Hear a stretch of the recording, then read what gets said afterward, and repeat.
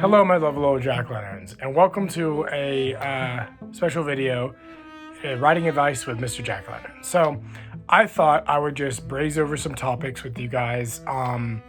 Since me being a writer myself, I thought I would just give some writing advice to maybe help out, starting out or beginner writers or people who are thinking about writing either a short story or a novel. Either way, just to give you guys some tips about very basic topics that go into making a story wholly. Look, I'm not like a professional writer. I'm not like J.K. Rowling or fucking Stephen King or anything like that, or Ernest Hemingway. But my writing style has definitely improved over the last couple of years that I have been, creating books and tales and legends and stories and stuff. My cat just came in here, sorry. I thought I would help you guys out for like future references or anything like that. So let's start off with me talking about my book series. I'm not gonna go into like a lot of detail or rant for 15 minutes about it because there's no need. I'm just gonna give a brief summary. So I started writing a book series called The Order, maybe about 3-ish years ago, about 3.5 years ago. And it's 5 books. It's completed. The series is done. All 5 books are written. The first one is currently getting published right now. It should be getting published very soon in the next couple weeks. And then I'm going to be doing it for all other 4 books. I'm releasing them on Amazon.com. So when that goes out, I'll provide links for that on my channel so you guys can go purchase it or check it out or give it some love or whatever. The Order is about a young man named Mallory Blackwood. And he's an Englishman from London, England. And his father, Sir Arthur Blackwood, is a captain of a ship called the Lady Edwana. And they're sailing around Africa in search of like gold and privateering against the Dutch. The story is set in 1630, but the whole series takes place over 100 years of a family lineage. So 3 generations of the Blackwood family. Mallory's story, Mallory's son's story, and then Mallory's son's son's story.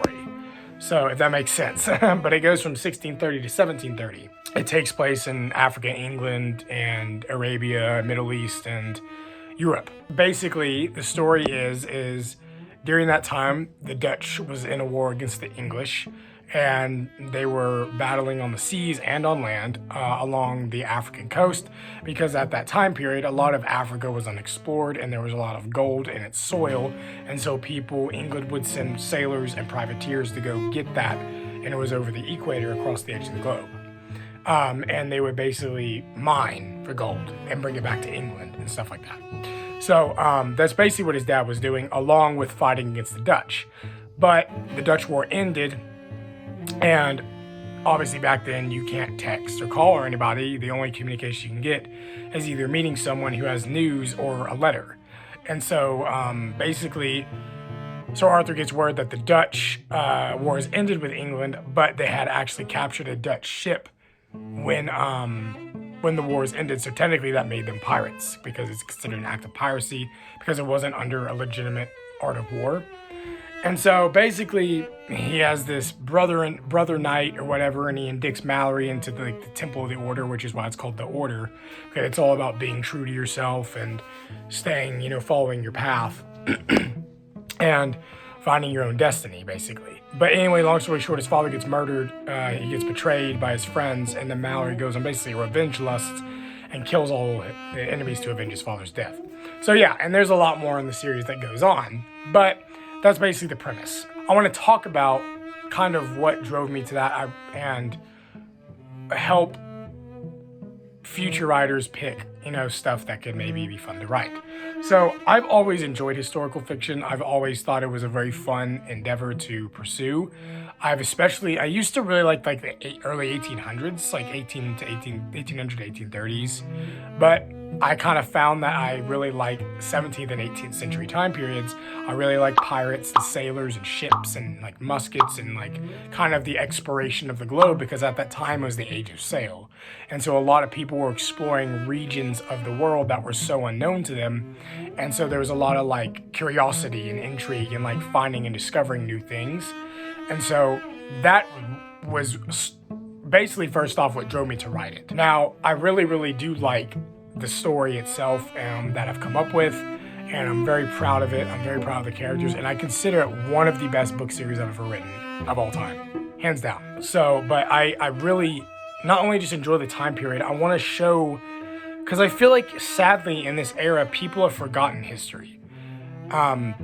Most people have, like, they don't care about it, or they find it boring or dull, or it's just stupid, whatever, you know, there's always some excuse that they don't want to listen to it. And I'm not preaching myself being like, I'm this historian man that will go out to the world and I'm the only one that can make people hear about it. That's not true. There's historians and scientists and whatever, you know, archaeologists and paleontologists that talk about that stuff too, and mythologists as well. I want to show people that even though this happened 400 years ago, it's still very similar to what people felt, to what we feel today: depression, anxiety, worry, fear, sadness, happiness, love, all those kind of emotions.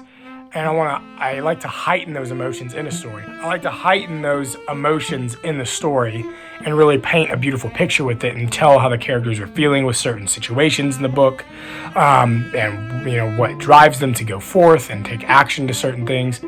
But not only that, I just really I want people to be like, yeah, this happened hundreds and hundreds of years ago, but even this little battle skirmish happening on a beach in Africa against English and Dutchmen slightly still affected how we look at the world today. And that's fucking crazy. That's mind-blowing to think about. I'm just very interested in what drives a man or a woman back then to do what they do, why they do something, the reason behind it, the meaning, you know, and just their curiosity of the world and wanting to learn things. It's really fascinating. I also just like the dialogue and how they spoke back then and the way they dressed and, you know, that kind of stuff. And I love the weaponry, like muskets and swords and cutlasses and big ships and castles and churches and monasteries and taverns, that kind of thing. Carriages, just, it's great. But I like the aesthetic of it. That's probably the best way to say it. The aesthetic of it is very pleasing to me. I think the way people spoke back then was very, very polite, very, very much appropriate compared to how people talk now. It's very beautifully. It was very beautiful how people spoke back then. It was very engaging. I want to show people that history's not boring. It's all this cool stuff happened back then. This is where we come from.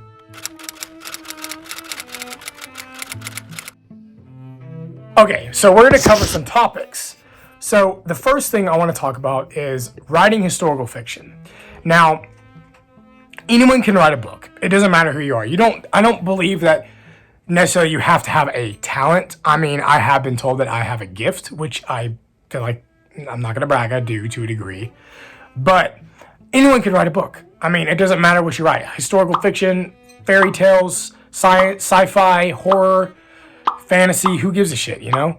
Like, I think if you put the time and the effort and you're happy with doing it, I think you could turn out a very beautiful piece. I mean, yes, there's some things you need to learn about to write a book, because there is some like certain techniques you need to do to make it, I hate to say it, readable and interesting. Essentially, anyone can write a book. I don't give a shit if you're fucking Hobo Joe living down at the fucking bridge or you're a dude at Yale. Like, I think anyone, if they really want to put in the effort and want to try doing something like that, you can do it. And don't ever doubt yourself for that. The thing about writing a book, though, is there's a lot of time management. You don't want to force yourself to write a ton of pages. I mean, it's okay to do that sometimes. There's been days where I'll pump out like 40 pages a day because I'm creatively charged. I want to go. But there's also days where I write like 2 pages. Like, it's okay. It's not the end of the world if you only get a paragraph down a day. You need to set your own pace, because if you don't do that correctly, you can immediately get overwhelmed and you can put this unwanted stress on your shoulders that, oh my God, I gotta get this done. I gotta do this. And I used to have a problem with that, and I somewhat still do. There's always this little voice in the back of my mind that is telling me, you need to do this. You need to get this book done. You need to get it out. That's not necessarily true. You have all the time in the world to write it. So go at your own pace. If you're having a frustrating time writing, don't force yourself to write. If you're having creative block, don't force yourself, because you won't get anywhere, because it will end up poorly, or it won't end up the way you wanted to see it or how you were seeing it in your mind as you were writing it while being frustrated. And then it'll just turn into something where you'll be disappointed in. So just write when you want to write. You know, if you feel like writing a good amount, if you feel like writing 3 chapters a day, go for it. But if you don't want to write, it's okay to not write for like 3 weeks. Like, it's okay.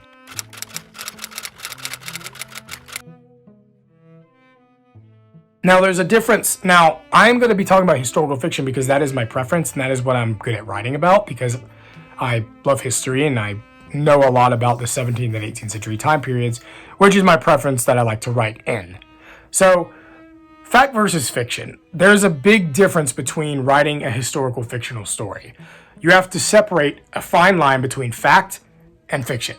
So, for example, say your story is set in 1705 in Sweden, and your main character is a fucking, I don't know, a royal princess from Amsterdam or something like that, and she's marrying the Swedish duke of the country.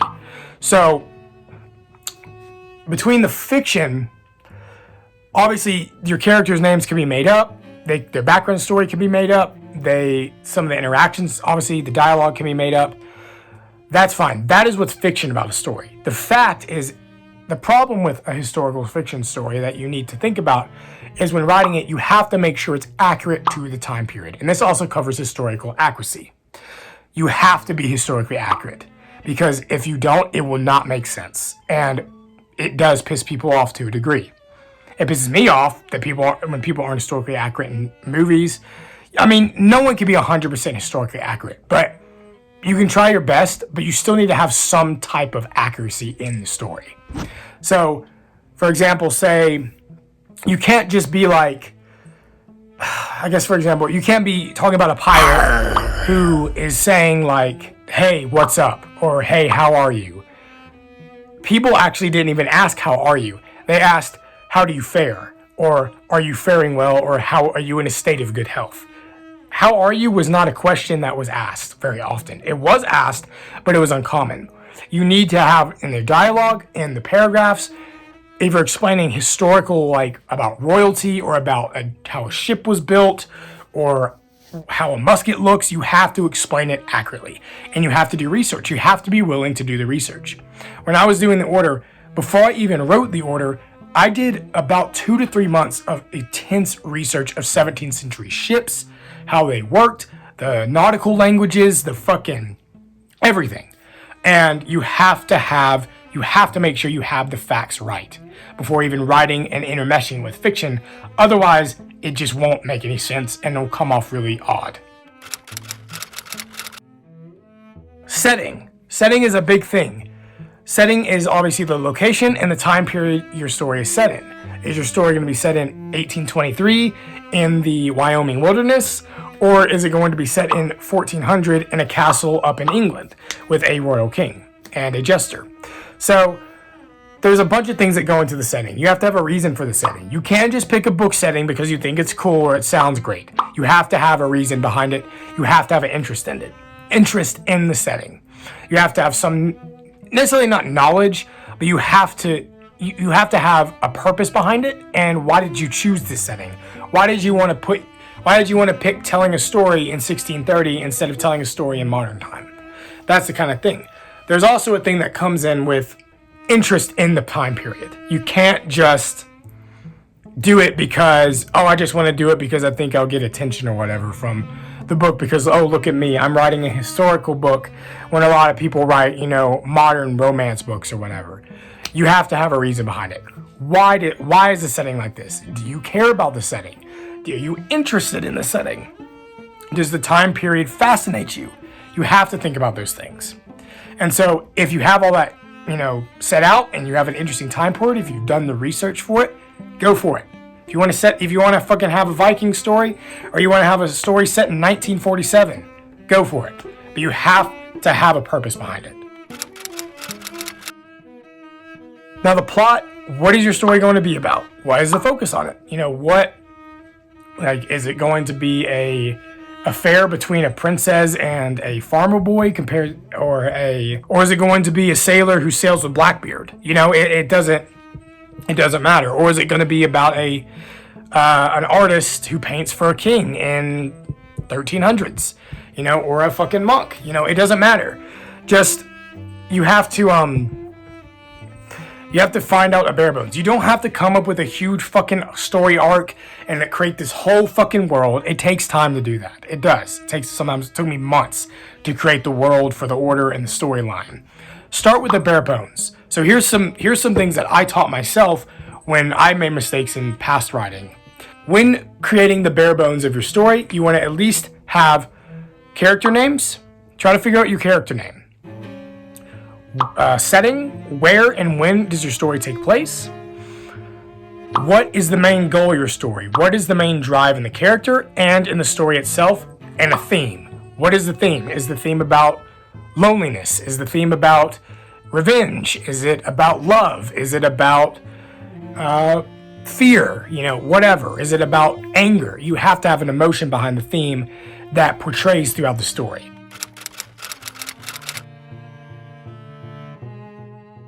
So character, the next thing is character. Define your character. Who are they? What's their name? What is their background story? Where do they come from? What is their goal? What drives them? Another thing I want to talk about is method acting your characters. You don't have to be your character, but when I was writing the order, I did a lot of method acting, kind of similar to what movie people do. Now, I didn't necessarily dress like a 17th century sailor because I didn't have the tools or anything that I needed to do that. Form the mannerisms for the character. I would walk like a 17th century man. I would talk like them, sometimes to myself. I know that sounds kind of creepy, but it helped me get enveloped in the world that I was painting my character in. I would listen to sea shanties, classical music relevant to that time period, from lutes and flutes to the fiddle, cello, piano. I would act like a man back then. I would think like a man back then. I would even hold weapons to a degree that were in that time period to get a sense of who they are and how they would act in that era, depending on what type of historical fiction you're writing. It does really, really help, and it makes you become more in tune with your character. You can't create a background story of a character and just be like, my character's name is Reginald Rose, and he's from fucking New Hampshire, and he loves to write computers. The only reason he likes computers is because he's been interested in it since he was 8 years old. Like, that sucks. That's boring. No one gives a shit about that. You have to have a reason.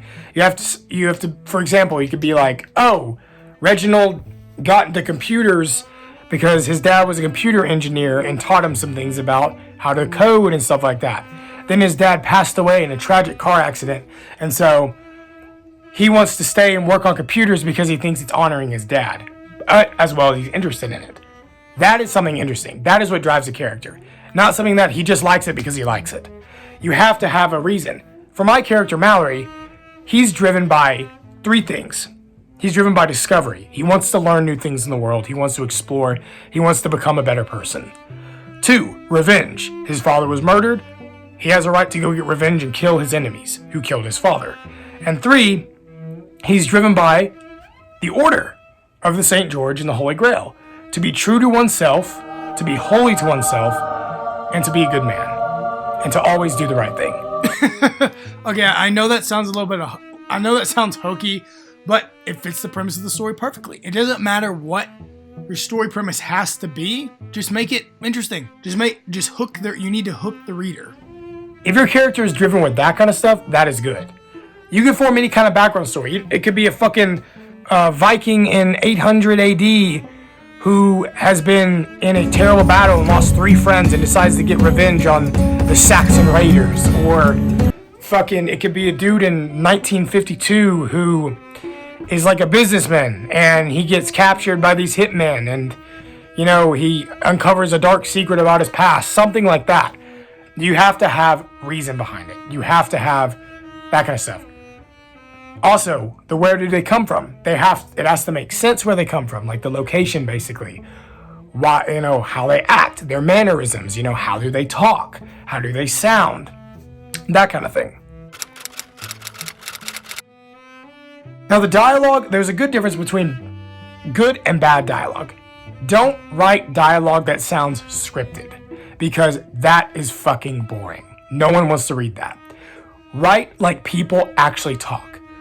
In my story, my historical accuracy with my dialogue, it's not entirely Shakespearean English because I hate to say it, most people can't understand that. It's pretty I made it about 90% accurate to the time period. I've changed some things for people to understand what they're saying, but a lot of it is pretty accurate. Write how people interact with each other. Think about how you interact with people on your daily basis. Think about how you talk to people. If you add that in your dialogue, it would be a lot more colorful and a lot more buoyant than if you just write something that you think someone wants to hear. Don't make it dull. Don't make it boring. The dialogue doesn't always have to be super intense and crazy all the time. You can just have conversations like, how are you? I'm good. That's great. Hey, did you try that coffee at that shop? It's really good. Oh yeah, I prefer this roast. It doesn't matter. It's sometimes actually nice. I like doing that in my writing. I like having long conversations about normal stuff because that's what people actually talk about. They talk about normal, mundane, random stuff in their life sometimes. So it doesn't always have to be action-packed conversations like, we got to get out of here or the chopper's going to explode, or like, oh my God, we're under fire, whatever. Sometimes, yes, you got to have that, but not all the time. Don't ever fucking leave plot holes, unless it's a book series. Because in a book series, you can obviously fill those plot holes in later books. Don't ever leave plot holes. It will piss people off, and it's poor storytelling. Always make sure you have a reason why explaining something and why telling something.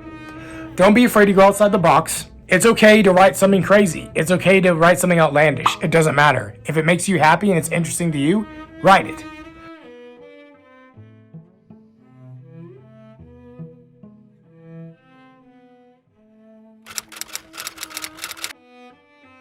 You also have to form your own writing style.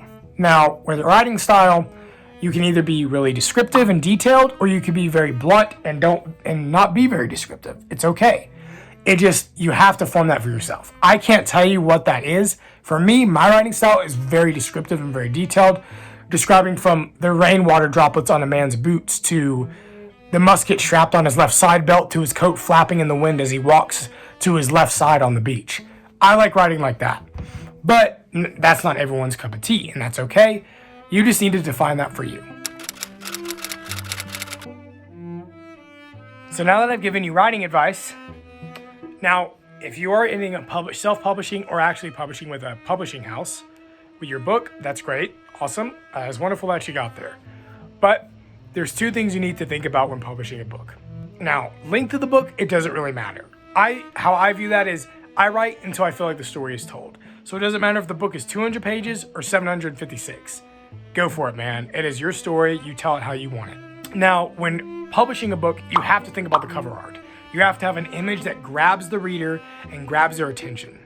You can't just put a random image on or a random piece of art on your book cover that makes no sense or has no correlation with the story just because it looks pretty or just because you think it's impressive. You can't do that. It has to have something. So, for example, my story is about sailors in the 17th century. So I put a ship sailing to a tropical lagoon on my cover. That will grab someone's attention. Not like, I'm not going to put like a picture of a boot or like a really nice looking sword. Like, it won't make sense. You have to have something that is interesting. So for example, say you're writing a story in the 1920s and it's about a musician. You could have a picture of a piano with a man crouched over it in the dark and being all dramatic in the light. You can have a gramophone or something like that. That will make sense. Now, the back of the book text, you have to have something that hooks the reader. You can't have don't make it too long, but don't make it too short. Make it about in the middle, about a paragraph, about 8 to 12 sentences, basically. And summarize the story, but make it very conspicuous and very don't give any major plot things away or anything like that, but make something that hooks the reader. Start with talking to the reader. You can break the fourth wall even. Breaking the fourth wall sometimes is actually really, really cool in a book because it really gets the attention of the reader. Be like, hey, he's talking to me. I feel like I'm interacting with this, story now, or whatever like that. But a back of the book text, it needs to grab the reader immediately, and it needs to also make sure it doesn't give away too much of the story, but includes much that is interesting.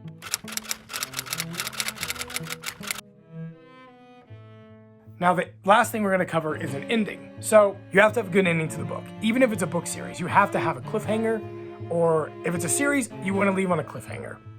if it's just a random book, you want to have a good ending. Don't give them a shit ending that's ambiguous and doesn't make any sense, and people don't understand why it ended that way. That will piss people off, and that'll make people not buy your book or not read it. You need to have a decent ending that fits the story, fits the theme, and has a good roundabout, finish. Or in a series, it could end on the cliffhanger.